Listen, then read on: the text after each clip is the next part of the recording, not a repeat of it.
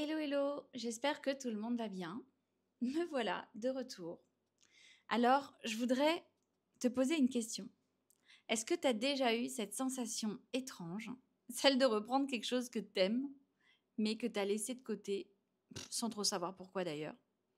Eh ben, c'est exactement ce que je ressens là, maintenant, en te parlant, à travers mon petit micro DJI. Alors, si tu m'écoutes depuis les premiers épisodes, tu sais que ce podcast, c'est un peu comme un coup de fil que je passe à ma best.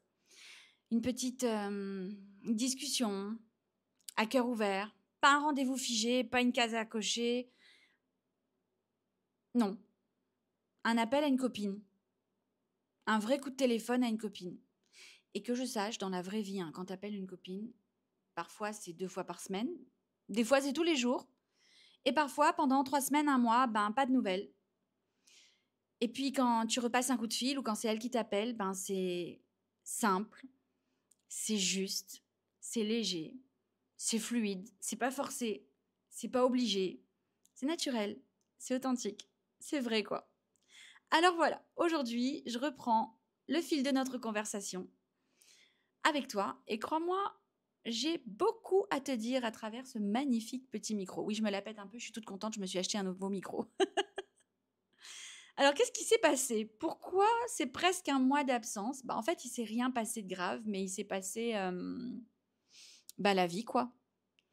Tout d'abord, j'ai entamé, je t'en avais parlé déjà, un nouveau chemin, un processus de transformation personnelle et surtout physique.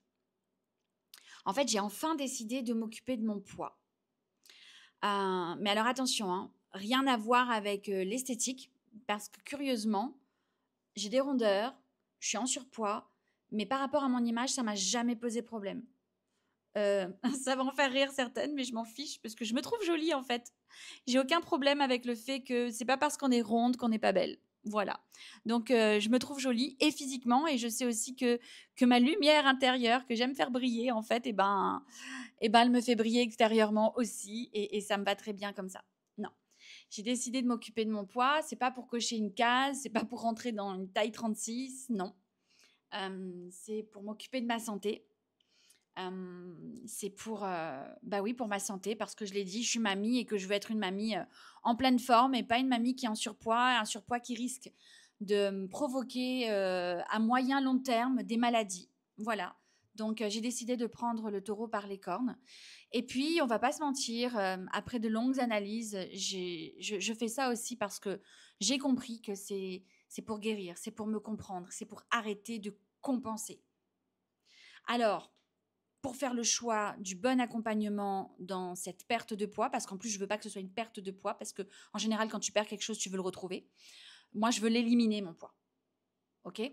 Donc, j'ai été à l'écoute de moi, de mon corps, de mes envies, de ma personnalité, qui est gourmande, épicurienne, qui aime manger, qui aime les bonnes choses, les bonnes chairs, pardon, les bons chocolats, les bons fromages, tout ça, tout ça. Et puis bon, alors je reparlerai, mais je suis allée à Dubaï et j'ai testé cette nouvelle tablette de chocolat dont tous les influenceurs parlent. Là, c'est, tu sais, celle quand tu la craques, il y a une pâte à la pistache à l'intérieur. Mamma mia. Enfin bref, tu vois, j'ai vécu ça pendant que j'étais en cheminement. Donc quelle dualité, mon Dieu, quelle dualité. Donc effectivement, je me suis écoutée. J'ai été à l'écoute aussi de ce qu'on m'a apporté. J'ai testé, j'ai observé, j'ai retesté. J'ai choisi un accompagnement dont je suis très satisfaite. Ça fait tout juste 15 jours. Je n'ai aucun résultat pour le moment. C'est tout à fait normal parce qu'en fait, on est vraiment dans le processus d'installation, d'apprentissage. Je suis désolée, hein, mais tu changes pas parce que c'est une question d'habitude et de comportement, notamment alimentaire et hygiène de vie, entre autres. Tu changes pas toute une vie, parce que là, on est vraiment sur toute une vie. Tu changes pas 45 ans d'habitude, de troubles, de tocs aussi. Parce que clairement, quand tout d'un coup, tu pètes un plomb et que tu files sur une tablette de chocolat, c'est pas normal. Voilà, c'est juste pas normal. Tu peux être gourmande, mais ça, c'est le genre d'attitude qui est pas normal. Du coup, je suis toujours dans ce processus. Parce que oui, comme je te disais, on change pas un rapport à son corps comme on change de robe. Voilà, c'est pas possible. Voilà un petit peu déjà ce qui s'est passé premièrement. Donc, je suis toujours dans ce processus et cette découverte de ce programme et de cette redécouverte de moi au travers de ce programme. Et c'est plein d'analyses, c'est plein d'autofeedback, c'est plein de remises en question. C'est passionnant, vraiment. Il y a aussi eu le cyclone Garance qui a embêté les îles de l'océan Indien, l'île Maurice et l'île de la Réunion. Alors, le cyclone n'est pas venu directement sur nous à l'île Maurice. On a eu quelques influences, mais vraiment très légères. En revanche, il a directement impacté mon île natale. Ça a été dévastateur, destructeur. Et il y a eu beaucoup de dégâts. Il y a des choses qui sont toujours pas réparées. Il y a des gens qui sont toujours sans électricité plus de 3 semaines après. Et oui, ça a aussi bouleversé mon organisation au quotidien parce que j'ai beaucoup de clientes à l'île de la Réunion et j'ai aussi beaucoup de collaboratrices, de partenaires. Puis j'ai ma famille, mes amis, donc il y a eu l'inquiétude pour eux. Et puis aussi l'organisation et la logistique par rapport à l'entreprise avec mes partenaires de la Réunion. Et c'était pas simple. Donc voilà, ça a eu des effets sur notre logistique, nos emplois du temps, nos rythmes, sur l'énergie. Voilà. Et c'est clair, on va pas se mentir, hein, quand tu as une équipe avec des femmes qui bossent avec toi au quotidien, que tu as aussi des amis, de la famille, tu composes avec la réalité, tout simplement. Hein, on va pas se mentir. Bon, au quotidien, vous le savez, je suis très présente pour mes enfants et puis hyper, ultra présente pour mon petit-fils. Donc, voilà. Et puis surtout, j'ai reçu une super opportunité d'aller travailler quelques jours à Dubaï avec un client avec qui je travaille et qui avait envie de m'inviter à un mini-événement qu'il faisait pour ses clients, des clients que j'ai accompagnés dans des prises de décision, que j'ai closées, etc. Et pour lui, c'était important, c'était une manière de me remercier. Donc, il m'a dit, tu viens, tu emmènes une personne avec toi, tu peux même en emmener plusieurs. Bon, nous, dans notre logistique, je pouvais emmener qu'une personne avec moi. Donc, j'ai emmené ma frangine et on est parti ces quelques jours donc à Dubaï. Et quand tu fais ça, c'est un grand oui, alors que tu as plein d'autres choses à faire.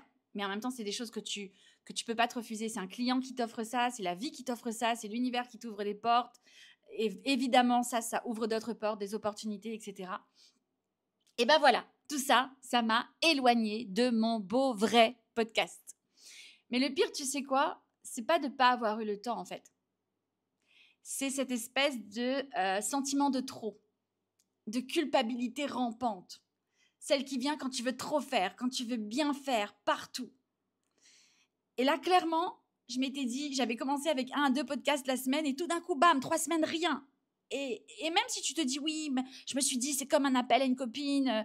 Et après tout, ma copine, je l'appelle pas tous les jours, je l'appelle pas 2 fois par semaine forcément. Des fois, on s'appelle pas pendant 1 mois, voire même 2. Et pourtant, on s'aime toujours autant. Voilà. Mais malgré tout, comme là, il y a quand même l'image d'un podcast, on va pas se mentir, il y a cette espèce de culpabilité qui est là. Oui, j'aurais dû le faire, j'avais dit que je le ferais, pourquoi j'ai pas fait, j'ai pas le temps. Bref. Et dimanche dernier, sur un de mes coachings, il y a une élève qui m'a dit mais Joanne, je voudrais te poser une question parce que j'aimerais pouvoir atteindre le niveau que tu as atteint un jour. Merci au passage. C'est beaucoup de travail et beaucoup de régularité, mais c'est aussi beaucoup d'humanité, comme je le dis ici, et beaucoup de planterie. Donc ça arrive, c'est normal. Il faut accepter cette vulnérabilité. Et elle m'a dit mais comment tu fais pour être partout à la fois et tout gérer? Et je lui ai répondu la vérité, il faut de la discipline et de la rigueur. C'est clair, de l'engagement, mais on va être authentique. Il y a aussi le crash, quoi. Parfois, j'ai ce sentiment de culpabilité. Parfois, je me perds, parfois, je me plante, parfois, je suis submergée. Et c'est OK, en fait, parce que je suis humaine. Et comme j'aime à me le répéter, une humaine est parfaitement imparfaite et imparfaitement parfaite. Et oui, je suis une femme pleine de rêves, pleine d'idées, pleine de projets, mais je suis une seule femme. Et même si j'ai une équipe, je suis cette femme qui a toutes ses idées, tous ses rêves et tous ses projets dans ma tête. Et ça, mon équipe ne peut pas forcément le voir ou le savoir ou l'entendre ou l'anticiper au quotidien. Et de toute façon, ce n'est pas leur rôle parce que c'est ma tête, c'est mon âme, c'est mon cœur, c'est mes tripes. Et parfois, j'ai juste envie de me dire à moi-même, ok, stop, respire, reviens à toi, remets-toi en ton centre, dans ton cœur. Bon, dans tout ça, je me suis aussi rendu compte que j'avais mis de côté un petit peu quand même ma spiritualité. Ok, quand je parle de ma spiritualité, je parle de mon travail, de l'esprit, pas de ma foi, mais vraiment du travail de mon esprit, ma croissance personnelle et spirituelle. Pas volontairement, pas par rejet, absolument pas, parce que je la sens là présente et elle m'appelle en plus, mais par saturation. Saturation parce que je veux être partout à la fois. Et je veux être partout à la fois parce que je veux assurer, je veux être une maman qui déchire, je veux être une mamie qui déchire, je veux être une entrepreneuse qui déchire, je veux être une coach qui déchire, pardon. Et oui, dans tout ça, j'ai sauté certains rituels du matin. J'ai zappé le journaling. Je n'ai plus pris le temps de lire pour me nourrir. J'ai couru sur tous les fronts, partout à la fois. Et pour le coup, j'ai même zappé ma séance de sport. Donc quand je te dis j'ai couru, j'ai pas forcément couru sur mon tapis de marche, hein. J'ai couru partout, sauf sur lui. Et pourtant, chaque jour, dès que je pose un pied à terre, mon cœur s'emplit de cette foi, de cette gratitude immense pour ma vie, ma santé, ma famille, ce que je construis, mon petit-fils, mes enfants, mon mari, mon gendre aussi, sinon il va faire la gueule si je le cite pas, pour ma sœur, ma nièce, mes amis, mes clientes, mon entreprise extraordinaire, mes équipes, mes clients pour qui je close, enfin, tous ces gens qui font mon univers, qui font ma vie. Mais on va pas se mentir, malgré toute cette gratitude que je ressens, ben, je ressens un espèce de manque qui s'est glissé tout doucement, insinué, on va dire. Et ce manque, je l'ai analysé, j'ai pris le temps de l'analyser, et ce manque, c'est le manque de moi. Et ce matin, en donnant le bibi à Elon au lever du soleil, ce matin, comment ça se fait qu'Elon est souvent avec moi comme ça? Il y en a plein qui doivent se demander parce que avec ma fille, on est super fusionnels et elle passe beaucoup de temps à la maison avec son mari et son petit garçon. Et comme il gère la nuit et que moi, je me suis lève tôt, bah, le matin, j'aime bien prendre le relais. Et donc, ce matin, en donnant le bibi et en admirant le lever du soleil, je me suis reconnectée à cette énergie, à l'énergie de cette journée. C'est une journée particulière en plus parce que c'est une nouvelle lune en bélier, on est le 29 mars, et en plus, c'est une éclipse solaire. Et même si je ne suis pas astrologue, c'est quelque chose qui me passionne, et ce que je vais te partager là tout de suite maintenant, c'est du ressenti brut. Alors ce matin, j'ai écouté un bulletin énergétique, j'en ai lu un aussi, et il m'a mis une claque. Pourquoi ? Parce que ce que j'ai retenu principalement, en plus, comme de par hasard, alors que je ressens tout ce que je viens de te décrire, eh bien clairement, ce que ces bulletins disaient, c'est arrête de repousser. Arrête d'avoir peur. Arrête de te créer des blocages. Fonce. Ben oui, parce que vous savez quoi ? Je réalise une chose, c'est que malgré déjà tout ce que j'ai soulevé comme montagne, tout ce que j'ai déjà fait, tout ce que j'ai déjà accompli, bah que ce soit mon poids, que ce soit l'hyper-organisation, parce que moi, par exemple, j'aime dire mon poids ne me gêne pas parce que j'aime mon image. C'est vrai. J'aime être désorganisée parce que je dis que je suis organisée dans mon bordel. C'est vrai. Mais en fait, est-ce que c'est pas des sortes de plafonds de verre, des croyances limitantes que je me suis mise ? Là, ça m'a vraiment percuté ce matin. Et mon cheminement dans ma perte de poids, dans mon élimination de mon poids, pardon, il faut rectifier les mots, ça m'a percuté parce que je me suis dit, mais c'est ça en fait. Je me dis que je me trouve belle comme ça. Oui, je me trouve belle, mais punaise, peut-être que je vais être encore plus canon avec 20 kilos de moins. Je me dis que je suis hyper organisée dans mon bordel. Mais qui sait si je ne serais pas encore plus efficace et encore plus partout comme j'aime l'être si j'étais encore plus structurée et organisée. Et depuis des semaines, j'ai réalisé, c'est ça en fait, j'étais en train de construire et aujourd'hui, il y a eu ce point de bascule, cette espèce de portail énergétique. Je suis focus sur un seul domaine. C'est cette espèce de guérison de ces croyances limitantes, de ces blocages. Et cette guérison, j'ai l'impression que pendant des années, je l'ai contournée. J'ai voulu la gérer en surface. Et aujourd'hui, j'ai plus envie d'être en surface. Parce que j'ai déjà eu l'occasion d'aller me connecter à moi en profondeur et ça m'a révélé des choses tellement extraordinaires.